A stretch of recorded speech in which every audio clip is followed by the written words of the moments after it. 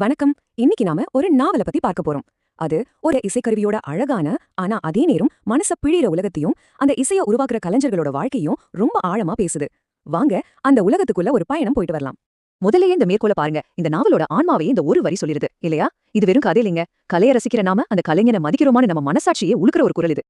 இந்த அற்புதமான நாவலோட பேரு சஞ்சாரம். இது எழுதினது எழுத்தாளர் எஸ். ராமகிருஷ்ணன் அவர்கள். இது சும்மா ஒரு சாதாரண புத்தகம் கிடையாது. இதுக்காக மதிப்புமிக்க சாகித்ய அகாதமி விருதே கிடைச்சிருக்கு. அப்போ இது எவ்வளவு முக்கியமான ஒரு படைப்புன்னு நீங்களே பாருங்க. சரி, இந்த கதை எங்க நடக்குது?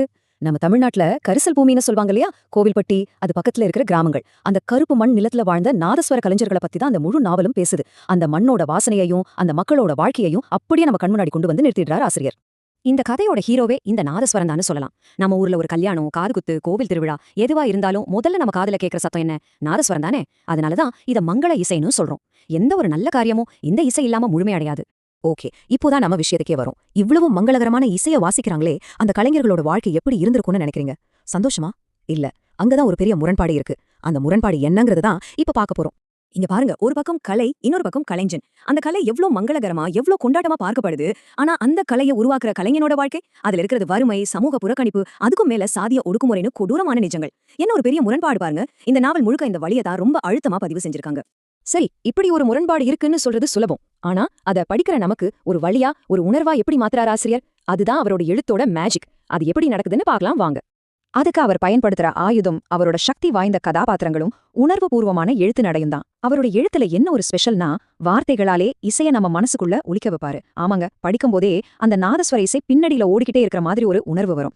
இதுதான் அவரோட எழுத்தோட பலம். உங்களுக்கு சங்கீதமே தெரியலனாலும் பரவாயில்ல, ஒரு ராகத்துக்கு பின்னால இருக்கிற சொகத்தையோ சந்தோஷத்தையோ உங்களால நிச்சயமா உணர முடியும். அந்த அளவுக்கு மனித உணர்வுகளோட இசையை கலந்து கொடுத்திருப்பாரு. இந்த கதையை நம்ம தோள்ல சுமந்துட்டு போறது ரெண்டு பேர் தான், ரத்னம் அப்புறம் பக்ரி. இவங்க 2 பேருக்கும் இடையிலான நட்பு, இசை மேல அவங்களுக்கு இருக்கிற தீராத தாகம், ஆனா அதே சமயம் அவங்கள இந்த சமூகம் எப்படி நடத்துதுங்கிற போராட்டம், இதுதான் இந்த நாவலோட உயிர்நாடிய. ஓகே, இவ்ளோ தூரம் இந்த கதையோட வழிகளை பார்த்தோம். இதெல்லாம் படிச்சு முடிச்சதுக்கு அப்புறம் நம்ம மனசுல என்னதான் தங்கும்? இந்த சஞ்சாரம் நம்ம கிட்ட என்ன சொல்ல வருது? அதோட எதிரொலி என்னன்னு இப்ப பார்க்கலாம். இவ்வளவு விஷயங்களையும் தெரிஞ்சுக்கிட்ட பிறகு ஒரு வாசகரா உங்களுக்குள்ள இந்த நாவல் என்ன தாக்கத்தை ஏற்படுத்தும்னு நினைக்கிறீங்க? என்னவாக இருக்கும்? நான் சொல்றேன், நிச்சயமா ஒண்ணு நடக்கும். இந்த நாவலை படிச்சு முடிச்சதுக்கு அப்புறம் நீங்க எங்கேயாவது நாதஸ்வர இசையை கேட்டீங்கன்னா உங்க மனசு சும்மா இருக்காது. அந்த மெட்டுக்கு பின்னால ஒளிஞ்சிருக்கிற அந்த கலைஞனோட வழியை தேட ஆரம்பிக்கும். இனிமே அது உங்களுக்கு வெறும் இசையா இருக்காது, ஒரு வாழ்க்கையோட கதை அவங்க காதுல ஒலிக்கும்.